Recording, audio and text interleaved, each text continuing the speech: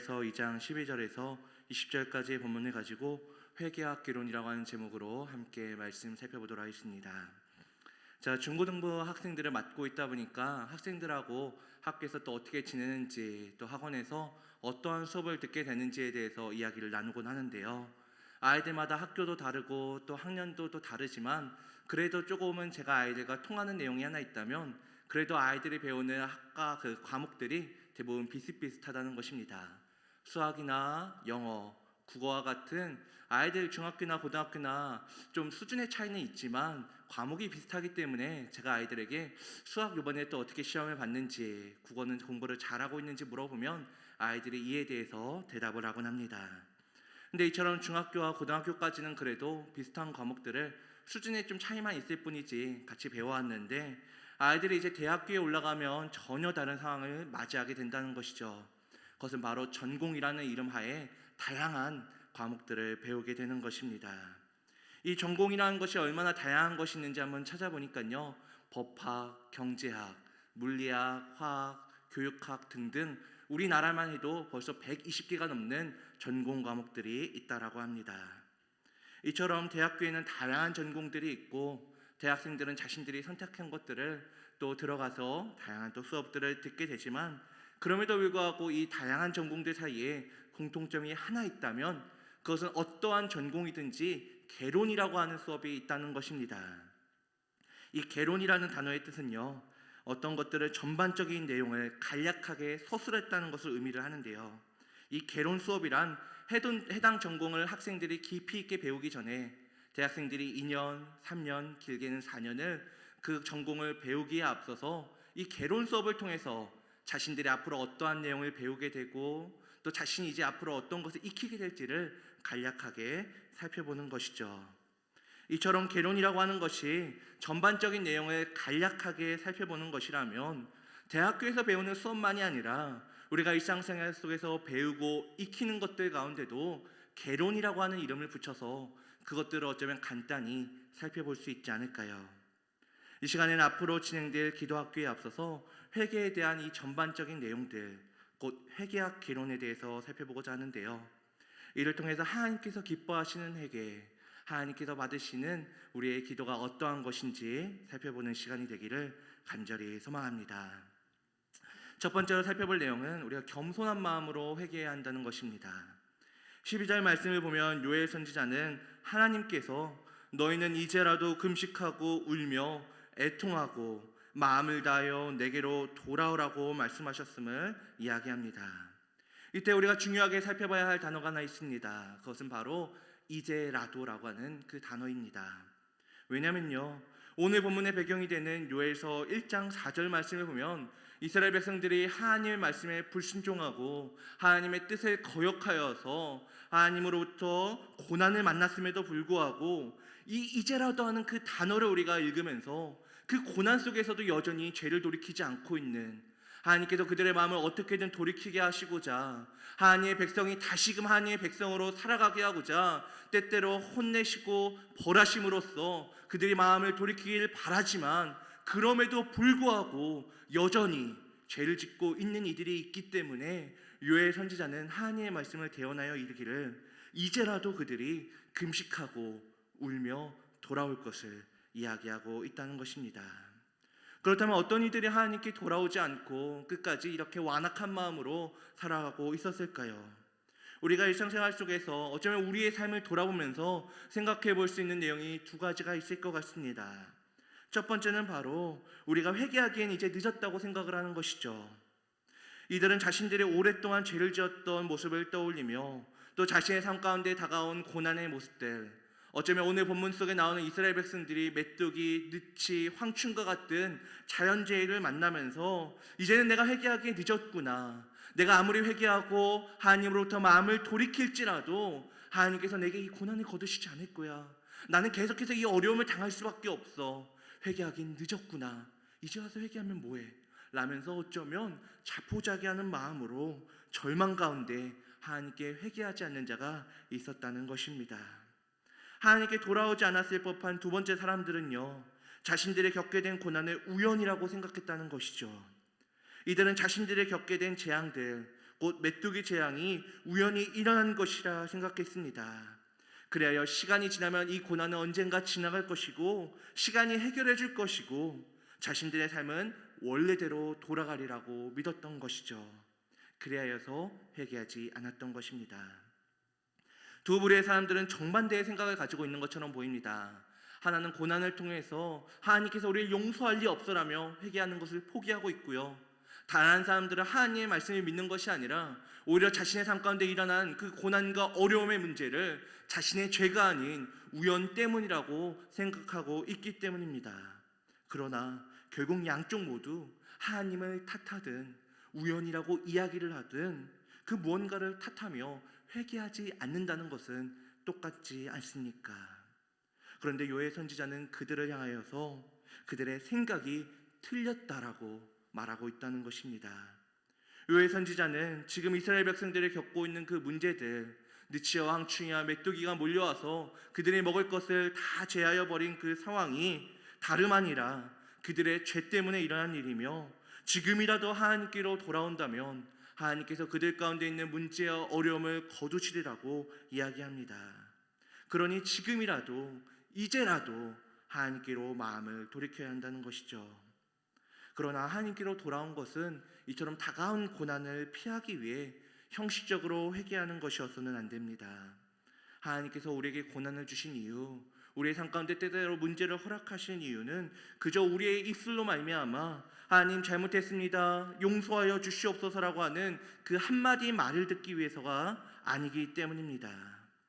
하나님께서 자신의 백성들의 심정으로 바라는 것은 그들이 자신이 마주한 그 고난과 문제, 그 어려움으로 인해 자신들이 잘못 살고 있었음을, 내가 나름대로 세상에서 괜찮게 살아가고 있는 것처럼 보이고 내가 살면서 문제를 겪고 어려움을 겪는 것이 우연처럼 일어났다고 생각을 했지만 내가 겪게 된 이 문제 앞에서 내가 하나님 앞에서 잘못 살았구나, 내가 하나님의 뜻대로 살아가지 못하고 있었구나라는 사실을 깨닫고 하나님께로 돌아오는 것을 주께서 바라시고 계신다는 것입니다. 그래야 하나님은 오늘 본문을 통해서 그들이 금식하고 울며 애통하는 데서 그치는 것이 아니라 그들이 마음을 다하여 돌아올 것을, 2절 말씀에서는 옷을 찢는 것에서 끝나는 것이 아니라 그들이 마음을 찢으며 여호와 하나님께로 돌아와야 한다는 것을 말하고 있다는 것입니다. 그런데 이때 우리가 중요하게 생각해야 될 사실이 하나 있습니다. 그것은 바로 우리가 이처럼 하나님께 우리의 죄를 발견하였을 때 열심을 다하여 우리가 정말로 마음을 돌이키며 하나님께 나아가야 하지만 한편으로 우리가 겸손한 마음으로 하나님께 나아가야 한다는 사실입니다. 13절 말씀을 한번 보시기 바랍니다. 요엘 선지자는 우리가 하나님께로 돌아올 때 은혜로우시며 자비로우시며 노하기를 더디하시며 인애가 크신 하나님께서 재앙을 내리지 아니하실 것이라고 이야기합니다. 즉 우리가 하나님께로 나와 우리가 때때로 옷이 아니라 우리의 마음을 찢으며 우리가 금식하고 울며 애통하며 하나님께로 우리의 마음을 돌이켜야 하지만 우리가 그렇게 열심을 다하여 기도했기 때문에, 우리가 열심히 울며 기도했기 때문에 내가 수많은 시간들을 어쩌면 새벽자리에 혹은 예배의 자리에서 1시간, 2시간, 3시간 혹은 내가 일생에 한 번도 해보지 않은 5시간, 10시간이나 되는 시간을 우리가 하나님께 열심을 다하여 기도했기 때문에 하나님께서 우리의 죄를 용서해 주시는 것이 아니라 하나님의 그 은혜와 자비에 우리의 용서가 달려 있다라고 요엘 선지자는 이야기하고 있다는 것입니다. 환자가 치료비로 수많은 돈을 낸들, 또 정말로 애타는 마음을 가지고 의사 선생님 내 병을 고쳐주셔요. 내 가족들이 있습니다. 아픈 노모가 있습니다. 정말로 나를 고쳐주시옵소서라고 우리가 애타게 간절히 이야기를 했어도 우리의 병이 고침을 받는 것은 우리가 많은 돈을 내고 우리가 간절하게 외치는 것으로 말미암아 우리가 낫는 것이 아니라 우리를 진단하고 고치는 의사의 손에 우리의 병의 고침이 달려있는 것처럼 우리의 죄를 사하시고 문제를 해결하시는 것은 오직 하나님께 달려있다는 것입니다. 그러니 우리는 내 생각과 경험을 가지고 이 문제 정도면, 이 정도 죄면 회개해도 되겠는데, 회개하지 말아야 되겠는데 라며 내가 스스로 분별하는 것이 아니라 내가 이 정도 열심히 기도했으니, 내가 이 정도 애타게 기도했으니 이 정도 했으면 하나님께서 용서해 주시겠지라며 내가 그것을 판단하며 기도하는 것이 아니라 그저 겸손한 마음으로 하나님, 내가 죄를 지었습니다. 하나님, 내가 말씀을 듣고 분명히 배웠는데 나의 연약함과 부족함 때문에 주님 또 쓰러졌습니다. 그러나 주님, 이러한 나의 마음을, 주님 나의 이러한 연약함을 주님께서 긍휼히 여기시고 은혜를 베풀어 주실 때 내 죄가 사하여짐을 믿습니다라고 하는 그 믿음을 가지고, 그러한 겸손한 마음을 가지고 우리가 하나님께 나아가야 한다는 것입니다. 사랑하는 성도님들, 문제를 만났을 때 단순히 문제로부터 벗어나는 것을 기도하는 것이 아니라, 우리가 문제를 만났을 때 혹시나 내가 잘 살고 있다고, 아무런 문제 없이 살아가고 있다고 생각했지만 사실은 내 일상 속에서 반복된 죄가 있진 않았는지, 숨겨진 악한 모습이 없었는지 돌아볼 수 있기를 바랍니다. 그리고 내가 죄 가운데 있었다는 것을 발견하게 된다면 하나님께로 마음을 돌이키는 우리 성도님들이 되기를 소망합니다. 그리하여 우리 성도님들이 기도를 통해 문제가 해결되고, 또 문제가 해결되는 것뿐 아니라 하나님과의 관계가 더욱더 아름다운 모습으로 만들어져 가는 것을, 회복되는 것을 경험할 수 있기를 간절히 소망합니다. 두 번째로 살펴볼 내용은 함께 그리고 서로를 위해 기도해야 한다는 내용입니다. 11절 말씀을 보면 너희는 시온에서 나팔을 불어 거룩한 금시기를 정하고 성회를 소집하라 라고 말하고 있습니다. 이때 너희는 종교 지도자들을 가리키는데요, 즉 종교 지도자들은 나팔을 불어 하나님의 백성들을 모아야 했습니다. 그리고 16절 말씀처럼 장로부터 젖 먹는 아이들까지, 심지어 이제 막 결혼한 신랑과 신부까지도 이 성회에 함께 모여야 했습니다. 그렇다면 이토록 하나님의 백성들이 만사를 제쳐놓고 모여야 하는 이유는 무엇이었을까요? 이는 하나님의 백성들에게 있어서 가장 중요한 문제는 죄의 문제이기 때문입니다. 따라서 공동체가 죄로 인한 문제를 겪게 되면 누구는 기도하고 누구는 바쁜 일 때문에 기도하지 않는 것이 아니라 함께 모여서 이를 놓고 기도해야 한다는 것입니다. 그러나 이때 주의해야 할 내용이 있습니다. 그것은 우리가 함께 모여 기도하는 그 순간 나만을 위해서, 내 죄만을 위해서 기도하는 것이 아니라 우리가 서로를 위해서, 우리의 죄를 위해서 기도해야 한다는 것입니다. 17절 말씀을 보시기 바랍니다. 17절에선 제사장들이 하나님께 기도해야 될 내용에 대해서 이야기를 하고 있는데요, 여기엔 크게 세 가지 내용이 있습니다. 첫 번째는 주의 백성을 불쌍히 여기소서라는 기도이고, 둘째는 주의 기업을 욕되게 하여 나라들로 그들을 관할하지 못하게 하옵소서라는 기도이며, 마지막 세 번째는 어찌하여 이방인으로 그들의 하나님이 어디 있느냐 말하게 하겠나이까 라는 기도입니다. 이 세 개의 기도는 결국 하나로 요약될 수 있습니다. 그것은 하나님의 백성들이 당하는 그 고난으로 인해 하나님과 그의 백성들이 모욕을 당하지 않게 해달라는 것입니다. 하나님께서 이러한 내용을 가지고 기도하라고 말씀하신 것은 자신만을 위해서 기도하는 것이 아니라 서로를 위해서 기도해야 한다는 것이죠. 물론 우리는 이러한 내용을 보면서 이 세 가지 기도의 제목들은 제사장들이 해야 하는 것이지 않습니까? 종교 지도자들이 해야 하는 것이지 않습니까? 그러니까 우리의 지역장들이나 목사님들, 전도사님들 같이 어떠한 나름대로 지도자라고 할 수 있는 분들이나 기도해야 되는 내용 아닌가요? 라고 생각할 수 있을지 모릅니다.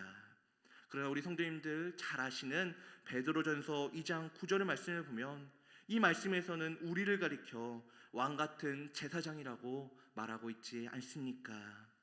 따라서 서로를 위해 기도하는 것은 특정한 사람들, 종교 지도자, 신앙생활을 오래 한 이들, 또한 자신이 신앙에 대해서 지식이 풍성하다고 생각하는 이들만 서로를 위해서 기도하는 것이 아니라 우리 모두가 해야 하는 일입니다. 즉 우리는 함께 기도할 뿐 아니라 우리 모두가 서로를 위해 기도해야 한다는 것입니다. 그러면 어떠한 내용으로 서로를 위해 기도해야 합니까? 앞에서 살펴본 바와 같이 다른 무엇보다 우리의 죄를 위해서, 하나님 우리의 죄를 불쌍히 여겨주시옵소서. 하나님 우리가 분명히 말씀을 듣고 배웠는데, 알고 있는데, 하나님 아버지 우리가 그 말씀 너무나도 잘 알고 있는데 연약함으로 말미암아, 우리의 부족함으로 말미암아 우리의 형제자매가 또 넘어졌습니다. 하나님 아버지, 우리의 연약함으로 말미암아 하나님의 백성들이 또 하나님의 이름이 업신여기지 않도록 주여 도와주시옵소서라고 우리가 나뿐 아니라 우리 서로를 위해서 기도해야 한다는 것입니다. 살다 보면 코로나 바이러스뿐 아니라 우리 각종 바이러스나 자연재해 또는 전쟁으로 인해 힘들고 괴로운 때를 만나곤 합니다. 그러나 우리는 그 어떠한 문제보다 심각한 문제는 하나님으로부터 멀어지는 죄의 문제라는 사실을 기억해야 합니다. 왜냐하면 세상에서 겪는 그 어떠한 문제도 우리의 영혼을 멸하지 못하고 우리를 지옥에 가게 할 수 없으나, 죄의 문제가 결단코 해결되지 않으면 우리에게 최종적으로 기다리는 것은 하나님의 심판이기 때문입니다. 따라서 우리 성도님들, 죄를 위해서 기도하시되 내 죄를 발견하였을 때 회개하시되, 나뿐 아니라 혹 내 옆에 있는 형제 자매가, 우리의 지역 식구들이, 나와 함께 옆에서 예배드리는 우리의 형제 자매가 혹 죄 때문에 신음하고 하나님께서 그를 보고 안타까워하시는 것은 아닌지, 우리가 그들을 향하여서 긍휼한 마음을 가지고 서로를 위해서 기도할 수 있는 북서울 꿈의 교회 모든 성도님들이 될 수 있기를 간절히 소망합니다. 세 번째로 살펴볼 내용은 하나님께로 마음을 돌이키는 것으로 충분하다는 것입니다. 앞에서 살펴본 것처럼 요엘 선지자는 우리가 문제를 만났을 때 혹시 내가 죄 가운데 거하고 있진 않은지 돌아보며 하나님께로 마음을 돌이키라고 이야기를 했습니다. 또한 나의 죄뿐 아니라 우리가 함께 모여서 서로를 위해 기도해야 할 것을 말했습니다. 하지만 우리는 이러한 내용에 대해서 다음과 같은 질문을 던져볼 수 있습니다. 과연 이것으로 괜찮은가? 문제를 만났을 땐 아무래도 죄에 대한 기도보다 당장 눈앞에 닥친 문제를 해결해달라는 기도를 더 많이 해야 될 것 같다는 생각이 들곤 합니다. 일단 문제가 해결될 때까지는 그래도 문제를 놓고 기도해야 되는 것은 아닌지라고 하는 마음이 우리의 생각 가운데, 우리의 마음 가운데 드는 것이죠. 그러나 18절부터 20절 말씀을 보면 요엘 선지자는 하나님의 백성들이 고난을 만났을 때, 자신의 죄를 발견하였을 때 회개하고 마음을 돌이키는 것만으로도 우리에게 충분하다는 사실을 이야기하고 있습니다. 먼저 19절 말씀을 보시기 바랍니다. 요엘 선지자는 여호와께서 그들에게 응답하여 이르시기를 내가 너에게 곡식과 새 포도주와 기름을 주리니 라고 말하고 있는데요, 이는 단순히 복을 주신다는, 우리의 입술에 먹을 것을 공급하신다는 이야기만이 아닙니다. 어쩌면 14절에서 말한 것처럼 하나님께서 하나님의 백성들이 소재와 전제를 드릴 수 있도록, 그들이 하나님께 곡식과 포도주를 바칠 수 있도록 하나님께서 그들에게 풍성히 채워주신다는, 그들의 육신의 필요뿐 아니라 하나님께 영광을 돌리고 하나님께 바칠 것들도 채워주신다는 것이죠. 또 19절 후반절을 보면 요엘 선지자는 하나님께서 다시는 너희가 나라들 가운데서 욕을 당하지 않게 하실 것이라고 이야기하는데요, 이는 17절에서 살펴본 공동체를 위한 기도 또한 이루어진다는 것을 의미합니다. 그뿐입니까? 마지막으로 20절 말씀을 보시기 바랍니다. 하나님께서는 다음과 같이 이야기하십니다. 북쪽 군대를 너희에게서 멀리 떠나게 하여 메마르고 적막한 땅으로 쫓아내사 그 앞에 부대는 동해로 그 뒤에 부대는 서해로 들어갈 것이라. 바다에 수장된 대적들을 어떻게 죽는지 우리가 어떻게 알 수 있습니까? 그러나 하나님은 그들의 악취를 통하여서, 어쩌면 원수들이 물러나고 우리가 보이지 않는 곳에서도 하나님께서 그들을 물리치시고 우리를 위하여서 일하심을, 악취를 통하여서 우리에게 전해지는 그 소문들과 여러 가지의 것들을 통하여서 하나님께서 우리가 보이지 않는 곳에서도 역사하고 계신다는 사실을 우리가 알게 하시겠다라고 말씀하고 계십니다. 그런데 성도 여러분, 이런 하나님께서 응답하시는 내용들을 잘 생각해 보면요, 우리가 앞서 살펴봤던 하나님께서 제사장들에게, 하나님의 백성들에게 구하라고 했던 내용들뿐 아니라 하나님께서 그들에게 구하라고 하지 않았던 내용들까지도 역사하시는 모습을 우리가 보게 되는데요, 즉 하나님께서는 하나님의 백성들이 하나님께로 마음을 돌이킬 때, 서로를 위해서 기도할 때 그들이 구하지 않은 것까지도 충분히 채워주신다는 것입니다. 그러니 성도 여러분, 회개면 충분할까? 기도면 될까라고 하는 의심과 불안을 가지고 기도하는 것이 아니라, 회개면 충분하구나, 기도면 되는구나라고 하는 그 믿음을 가지고 나의 죄를 위해 또 서로의 죄를 위해서 기도하는 하나님의 백성이 되시기를 소망합니다. 그리고 이러한 우리의 기도를 통해 우리 북서울 꿈의 교회가 하나님이 기뻐하시는 교회로, 또 늘 그 마음과 중심이 하나님을 향하여 있는 교회로 성장해 나가기를 간절히 소망합니다.